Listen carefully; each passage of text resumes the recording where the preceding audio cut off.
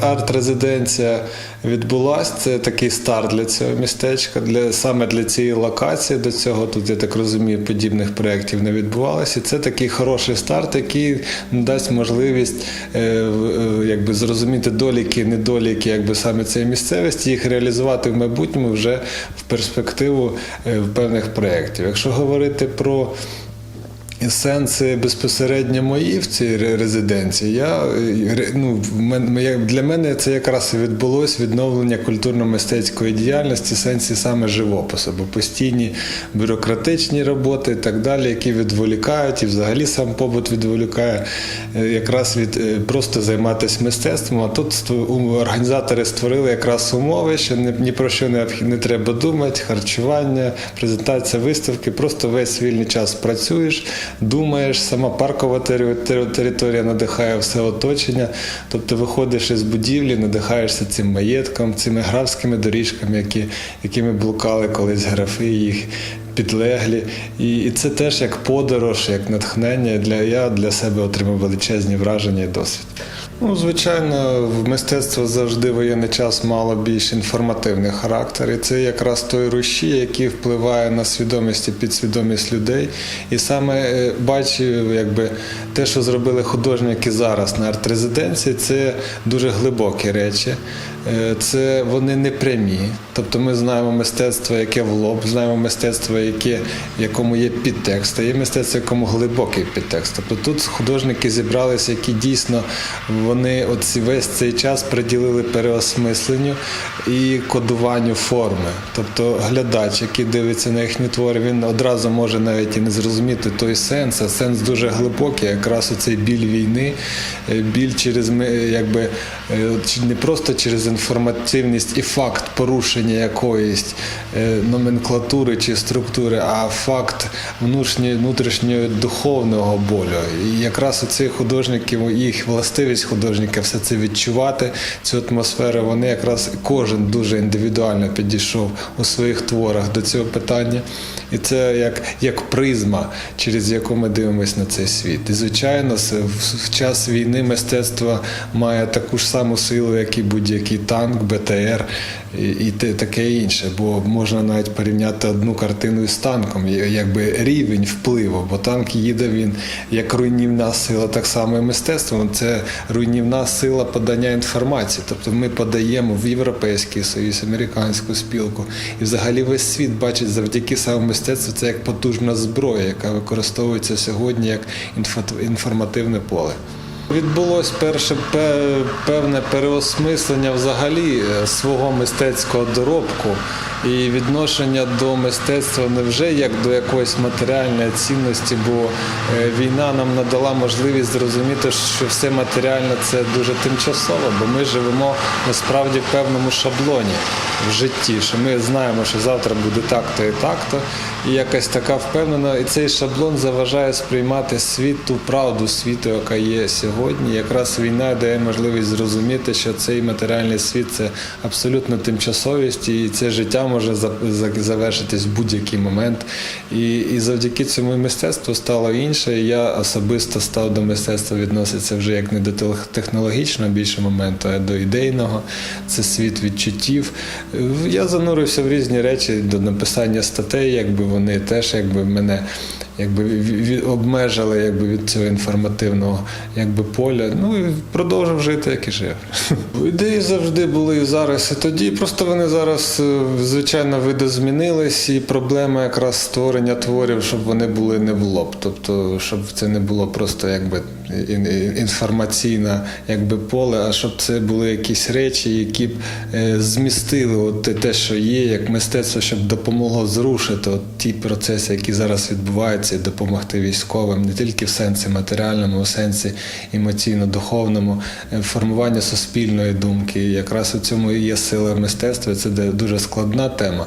Якраз арт-резиденція піднімає тут ці питання, і дуже добре, що арт-резиденція не встановлює, це як експериментальна програма, тобто те, що тут відбувається, артістоки, діалоги з психологами, це як певна, можна сказати, підвищення кваліфікації для художників, і, звичайно, це результат діалогу живого музею, художнього музею національного Хмельницького, який дуже живий. Це музей, який не просто експонує те, що вже колись було накопичення, а він дійсно створює нову культуру, сучасну, українську, виводячи її на міжнародний рівень, бо ці виставки будуть презентуватись в Україні, звичайно, через інтернет, вони будуть розповсюджуватися абсолютно по всьому світу.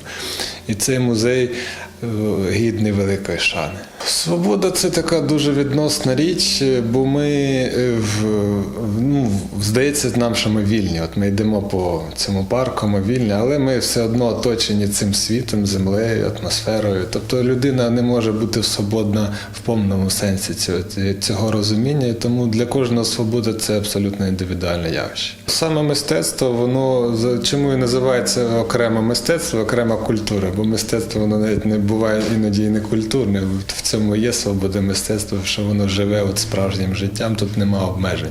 А культура – це якраз система обмежень. Дійсно, це готовність до всього втратити, бо я художник, який постійно в пошуку розвивається і шукає щось нове в мистецтві, я свідомо втрачаю те, що вже досяг. Тобто я досягаю певного рівня, наприклад, в картині. Я її вже навчився писати, я її розумію, мені стає нецікаво, і я просто відкидаю це знання і шукаю щось нове. І таким чином з'являються якісь нові напрямки, якби в моєму мистецтві. Звичайно, йде діалог саме на цій арт-резиденції, розуміння «я».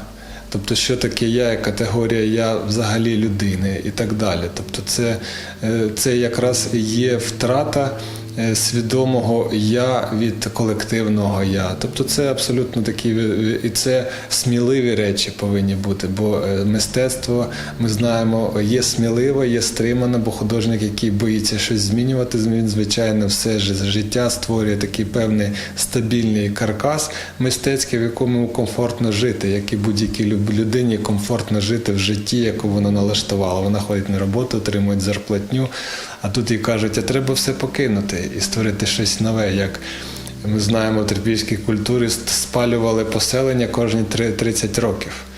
Навмисно, просто спалювали, будували нове. І може тому і ця культура була на дуже високому шаблі, що якраз нове покоління через 30 років воно вчилось будувати. Бо якщо це не відбувалось, то воно б деградувало. І таким чином я, як художник, я постійно спалюю якісь мости, які вже були утворені, щоб досягти чогось нове, щоб вони мене не створювали якби атмосферу стабільності. Тобто я йду навмисно на цю дорогу. Я вже багато чого втратив заради цієї свободи.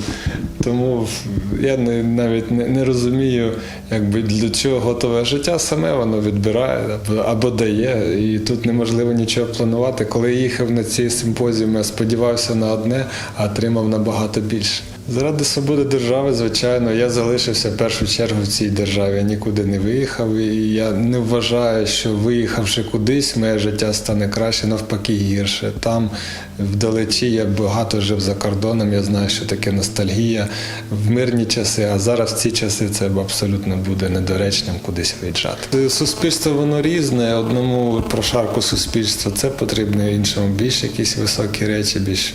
Тобто це нормально, і кожне, якби, дуже великі прошарки, як арт-резиденція, наприклад, вона виконує прошарок більш такого високого рівня. Це ми говоримо про духовну культуру, про структури інформативні, програмативні. Тобто, бо війна – це все ж таки програма, це певна дія, якраз мистецтво, це та нейролінгвістика, яка може на це впливати. Ця робота вмістила в себе майже якраз 1,5 роки, бо тут використані начерки із того ж Ірпеня, з місць боїв, ці танкові зруйновані. Ця атмосфера, коли її приділяв пару тижнів, навіть навмисно я на цих минулих боях писав оці, цей сморід розлагаючихся тіл, я все це терпів і заради того, щоб прожити той стан. І те, що відчув, це страх. Тобто люди, які їхали на Київ, це був страх, і вони розуміли, що це буде смерть, і вони всі загинули. І це все було пропитано тим, і це залишилось в моїй душі, це відбиток оцієї війни, оцей чорний змій якраз під Ірпінем, оцей пленер мене надихнув на цього чорного змія, який сам себе з'їдає. Тобто війна, в якій немає сенсу. Вона сама створилася, і вона сама себе знищує, смачно з'їдаючи, насолоджуючись самим своїм тілом. І далі це молитва за мир.